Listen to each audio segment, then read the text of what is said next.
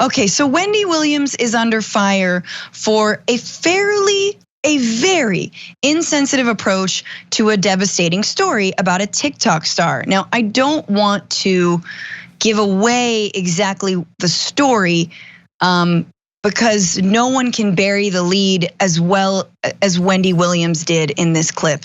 Take a look.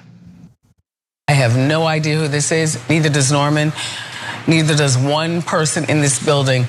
Maybe Sus does. Do you know who Swavey is? Clap. Clap if you know who Swavey is. Okay. Sus? Nah, it's not my cup of tea that I got going on right now.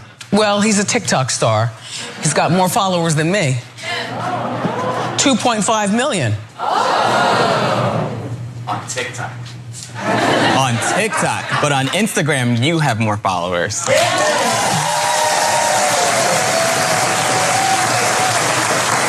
Well, as my son Kevin would say, no one uses Instagram anymore. What? And as far as TikTok, I don't use that at all. I don't know what that is. I don't want to be involved. So here he is.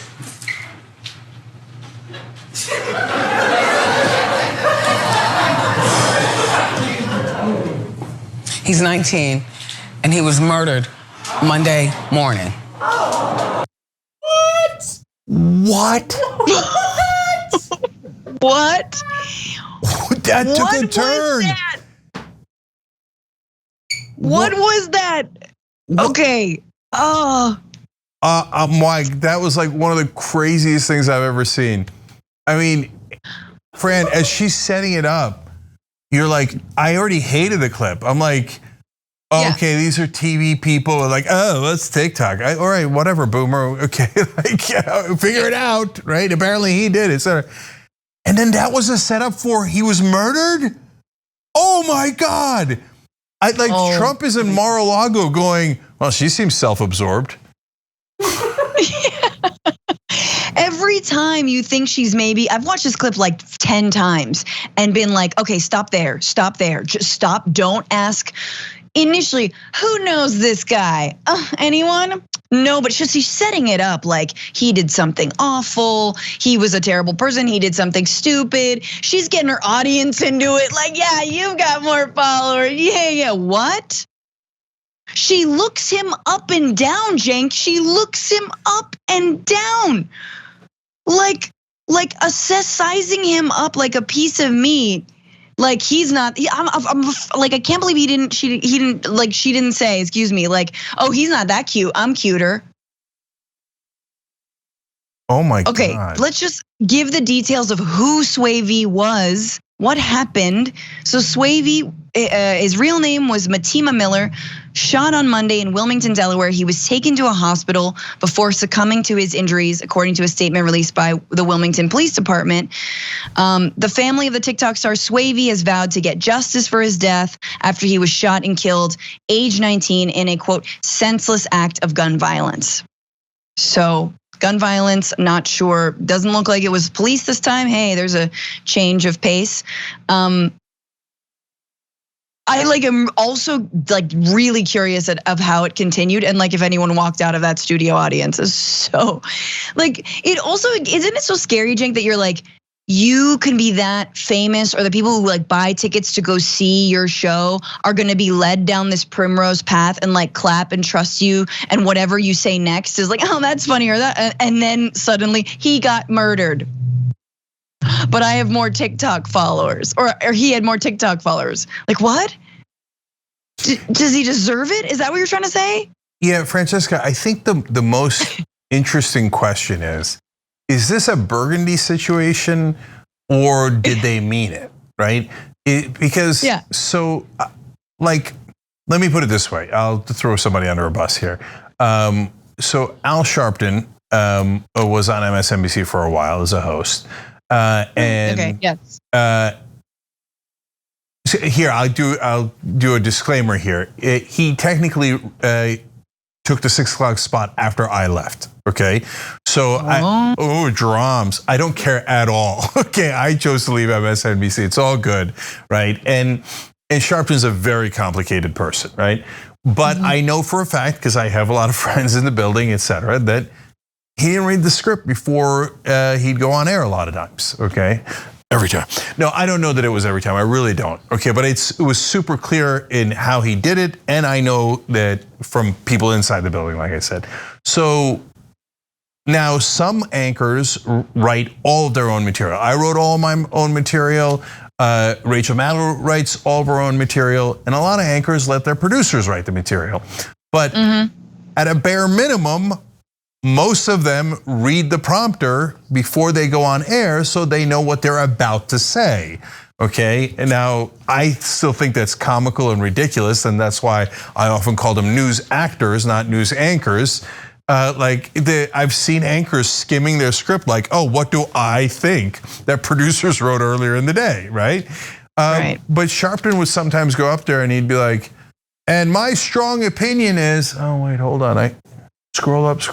Oh, it turns out my strong opinion is this, right? Right? So I don't know if Wendy Williams didn't read the prompter and was doing all that stuff, and then she gets to the part where it's like, oh, he was murdered earlier today. Or she knew, and by the way, same with the other 2 guys. Like, did everybody know that he was murdered and they're all laughing about Instagram and TikTok and stuff? Or did none of them prepare at all? No, no. You're so right, and I see the moment where she might be scrolling, the prompter scrolling down, and she can kind of see that he's murdered, and she's like, and she turns and she's like, I've dug myself into the deepest hole. Here we go. Like I feel like I see that moment. By the way, when it comes to Sharpton, yes, very complicated figure. I do actually really like him. However, one of the best YouTube videos out there is a compilation of Sharpton misreading the prompter. It's the funniest thing I've ever seen. You need to watch that. And I'm sure it was made by someone who's like a right winger who hates him. That's not why I think it's funny. I think it's funny because like he pronounces Chipotle, and it's just, I laugh for days. But that being said, it's so insensitive. It's awful. And like, again, what are you doing? Why does Wendy Williams have this show? And I think Wendy Williams though is like, people like her because she's a lot of bit brash, and like just kind of says it and is like, well, he's not all that. Anyway, he was shot. Like, I think that might be her thing, Jesus, that's a thing? Like, wow, right? Yeah. So look, if somebody was murdered and your main concern about them is whether they died having more TikTok followers than you might be a terrible person, right? Like, I'm rooting for her to be super unprepared and super unprofessional, as opposed to being among the top 2 most self-absorbed, terrible people in the country. Of course, Trump's the other, right? But like, man, she made that all about herself. She, like, in the most brutal way imaginable. But speaking of which, I do want to talk about that for 1 second, because it actually is a microcosm and a symbol of television. They're living on a different planet, island, wherever they are, right? In the old days, TV was king of kings. And so they used to make fun of YouTubers, etc. I was like, what are you doing, cat videos? Right? And so we got all like, these, so what? Yeah, and so yes. Cats are fun. So now, of course, the reality is online media overall was doing unvarnished commentary, right? And some of it is not so great, and some of it was amazing and independent and different and challenged the establishment, and they hated that. And so there was that back and forth. But now TV's decimated. They're rearranging chairs on the on the deck of the Titanic, but still they have the old attitude of like, these social media stars. He has 2.5 million followers. I don't have anywhere near that. What? Oh, I hate him. Oh, he's already dead. Good. Like what? Like what? So And then I want to make a substantive point too, which is gun violence is out of control. So this poor kid, right? He's 19 years old. He, rising star. Obviously, a lot of I wasn't familiar with him, but obviously a lot of people loved him, right? I take that super seriously. That's tons and tons of people who thought that's a guy that that I admire, and now he's lost because of gun violence. Absolutely, and it is. I mean, it is totally a microcosm of exactly how television news treats everybody else. And I think because of places like TikTok, I mean, for all of its totalitarian weirdness aside and the data stuff aside, social media is largely a place where people who are nobody can, get a following and have a niche, right? And I think, I'm a comic, like I do stand up. I know that it's important actually to have a niche, even, 2.5 is a huge niche. But like a lot of times TV execs, first of all, we all know, we talk about politics and stuff they won't put on mainstream news, but also just creatively, comedically, artistically, the stuff that they don't put on news, because TV executives are just scared. They're just like, that's all they are, right? And they're like, I don't want to stick my neck out for anything. If it doesn't do well within, 6 months, canceled, right? It's how they operate. So it's even sort of weirder. And then I just think like you get also to the pathology of people like Ellen, right? Someone who's like, I project sweetness and fun and and behind the scenes, I've got a bunch of like blood-sucking yes men who are like serial sexual assaulters. And you kind of see in this clip with Wendy Williams how, again, the amount of yes men that surround you in news media and in entertainment, daytime television, whatever, can kind of lead to that same toxicity, right? Yeah. Well, so actually, no one's telling you no. Yeah, I'll come back finally to Rachel again, right? And so these days, I disagree with Rachel Maddow a decent amount, and I certainly wish that she would challenge the Democratic establishment, which she almost never does. So yeah. I'm just laying that out there. But when I was first going to MSNBC, she was really very good to me, and so all of those relationships are super complicated, right? And people are not black and white, and they have good sides and bad sides, and they're right about some things and wrong about other things. I've been known to be wrong about a thing or two. It happens, but the one piece of advice she gave me as I was going into TV was great. She said, "Be careful about the yes men." Francesca, it's exactly what you were talking about. She said, eventually so many people surround you that constantly tell you how great you are and how right you are about everything, and it detaches you from reality, and that gets dangerous, right? And I've seen it happen to people on TV, and it's Tucker Carlson. Well, let alone, by the way, Keith Olbermann. Let's keep it real. Ooh. Okay, so spill the tea, Cenk. I'm here for it. God, that is actually a really good example of someone who went off the deep end.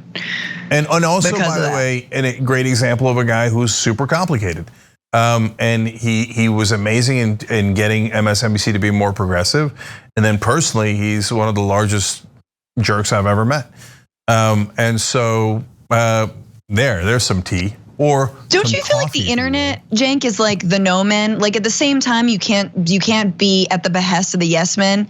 You can't be at the behest of the no men. I feel like the internet commenters and the internet and just sort of like feeding the algorithm and the beast is all about like, you're wrong on this, don't do that, stop this, no. And then you kind of feed this beast, which are kind of like angry commenters who don't even really like you or your show anyway. They're just there to troll. And then you constantly, like if your eyeball are constantly on the comment section, it's like, where's the integrity in that? There isn't. And sometimes the reality is you have to tell your audience hard truths. And I know you and Anna have been doing that, especially lately. And it's hard. People don't want to hear nuance, right? So it's almost like the other side of like the corporate exec yes men and then the sort of trolly no men in the comments. 100%. And look, if you're coming up in anywhere online and you will run into one of those two phenomena. Either you'll get like an amazing job and then you'll get famous and everybody will kiss your ass. And so if you're in one of those situations, be careful, you're not always right. Okay, and don't listen to those people too much, because then otherwise you're doing segments about how somebody who died was slightly more famous than you, and you're bitter about it, right? And you wind up in that like being a toxic person that has those issues, right? But Francesca is so right. Don't listen to the no men either, right? Because the online is filled with no men, right? Nothing is ever good enough, and no, and you better tear everything down, because if you're not tearing things down, then you're not earnest, or you're not cool enough, or you're not tough enough, you're not genuine enough. The only one who's genuine is the one that's setting everything on fire, right? No, that doesn't make sense either. Come on, everybody should know by now. You know it in your personal life. Is everything just a yes or just a no? Of course not. Of course not. If you live like that, you're gonna live a disastrous life, right? No, you need to be able to use judgment calls to know when to do something positive, when to critique, when to be, when to build something, and yes, from time to time, when to tear something down. I mean, I burned a bridge leaving MSNBC because I wanted to tell you guys a story of what really happens on the inside. So that's appropriate. But at the same time, if MSNBC is doing a good segment, I'm not gonna randomly, because of my personal feelings, tell you they're doing a bad segment. No, you gotta be honest. That's the most important thing. And yes, Fred. I was gonna say, I look forward to burning a bridge with MSNBC one day, once they pick up my show, the one special, and I'm so excited to burn the bridge. I can't wait. Thanks for watching the Young Turks, really appreciate it. Another way to show support is through YouTube memberships. You'll get to interact with us more. There's live chat emojis, badges. You've got emojis of me, Anna, John, JR, so those are super fun. But you also get playback of our exclusive member-only shows and specials right after they air. So all of that, all you gotta do is click that join button right underneath the video. Thank you.